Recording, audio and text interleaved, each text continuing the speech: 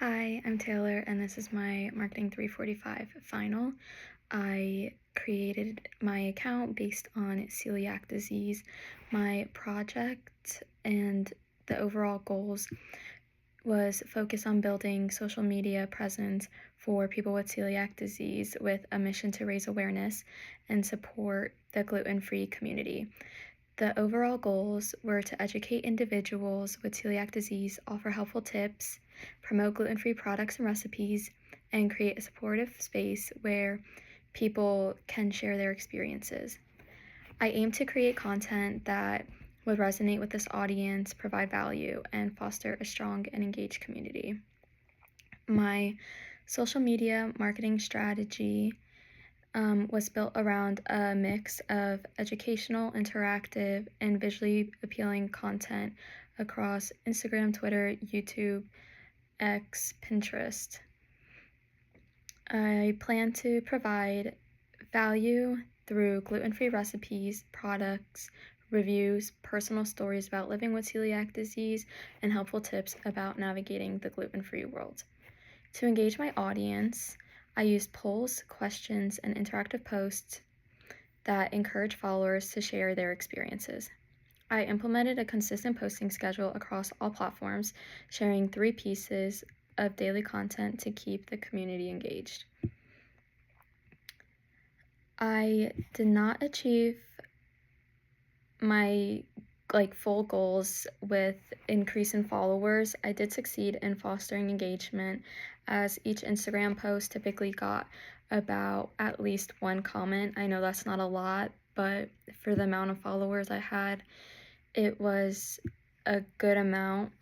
This helped build a sense of community and interaction, even if the follower count wasn't as high as initially hoped. This ongoing engagement suggests that my content resonated with people, and even if it wasn't widely shared or discovered.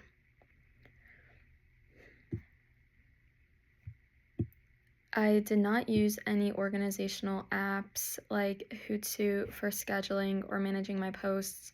I posted them myself throughout the day, and I made sure that I kept in touch with people who commented on my posts, and I just made sure to post 3 times daily on each account. I tried to post them all at the same time that I would post for the other social medias. So if I posted on Instagram at 12 p.m., I posted on all my other social medias. At the same time, I tried to be consistent with that.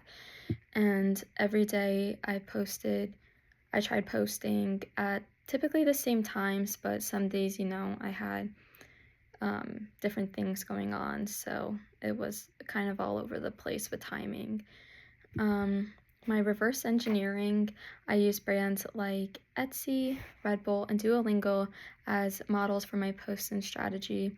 Etsy's approach to showcasing user-generated content, Red Bull's engaging and dynamic storytelling, and Duolingo's playful and relatable tone all influenced how I created my content. These brands excel at building strong connections with their audiences through creativity, humor, and authenticity, which I aim to replicate in my own social media strategy. The goal of my posts were to educate the audience on living with celiac disease and offer practical advice while also building a supportive community around gluten-free living.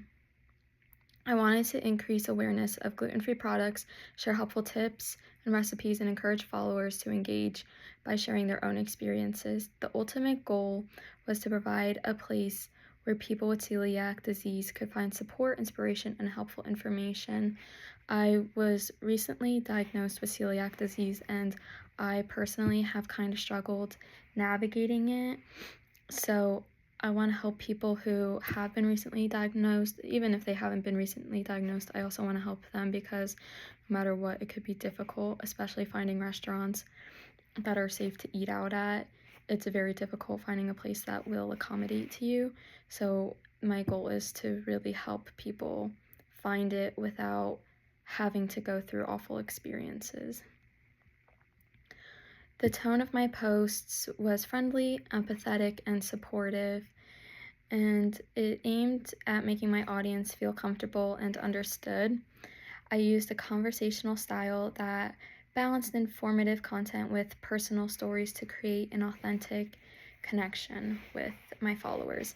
The tone was also encouraging, motivating followers to try new gluten-free recipes, share their struggles, and feel confident about their choices. The social medias that worked best for me were definitely Instagram and YouTube because both platforms are highly visual, which allowed me to showcase gluten-free products and recipes effectively. My videos did the best because Instagram, it shows on Reels and it'll show people if I do hashtags, it'll show people who typically use those hashtags, the videos, and it'll just get it to a wider community. So my videos, I would say, did really well on YouTube and Instagram with view-wise.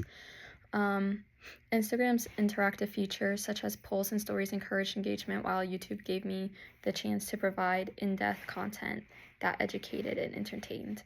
Both platforms enabled me to form a deeper connection with my followers and provide value that went beyond product promotions.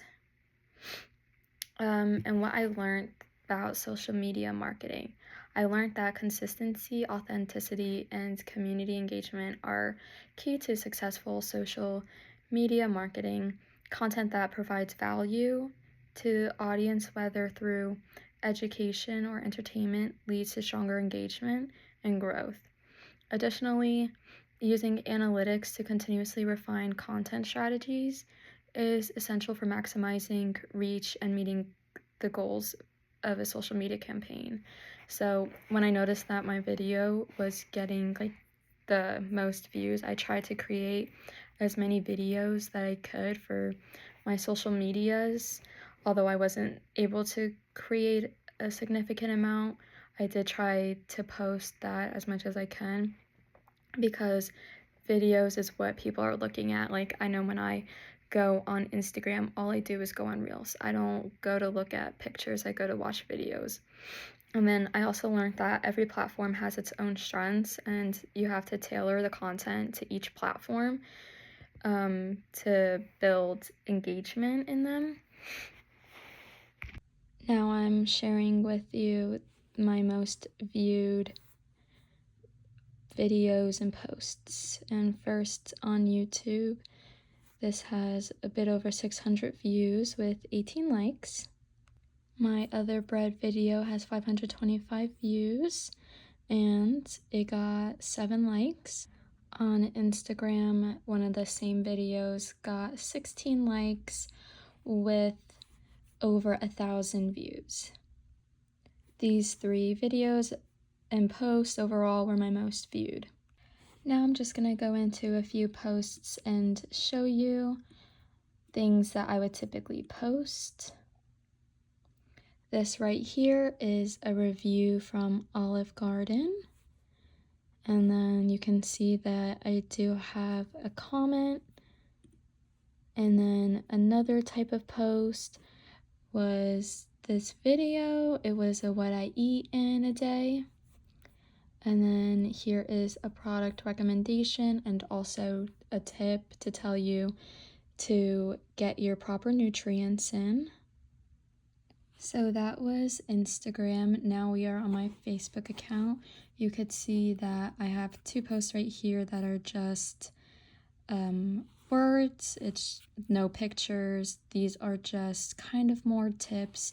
This one is a tip to eating out and what you should do. The one right here is a baking tip. And then I have other posts like this where it's just a picture showing you how grocery stores have gluten-free sections so you don't have to go and read labels. And then this is an example of a restaurant review with the picture of the food and what I thought about the food and the safety of the food. Now we are on X, or better known as Twitter, and this post right here is me asking my followers a question, And then the post right below is just sharing that there could be gluten in your skincare products and asking them what their favorite gluten-free products are. I also shared what some of my favorite snacks were that I received on Valentine's Day. It just shows my favorite products that are gluten-free so people have an idea of what they could get. So here are all of my posts on YouTube with all the views. You could see which ones did well and then which ones didn't do so well. And then I also did a bunch of posts of regular pictures and some nice caption with hashtags like here's a pizza, and it's just asking and saying this is what I like to eat and what are your favorite toppings. And then here's my Pinterest account. You could see that I have some tips. Here is one. I just posted a tip where right down here it says that they can't guarantee that you will be safe if you have allergies. I also shared my gluten-free flatbread that I make and the ingredients and what you could use it for. I also shared my favorite products by having a product board, as well as sharing restaurants that I've been to that are celiac safe. And finally, we have LinkedIn. I shared some tricks. I also shared some of my favorite meals. And you can see in this post and in this post down here that I tried to throw in some humor by asking questions and doing myth first fact.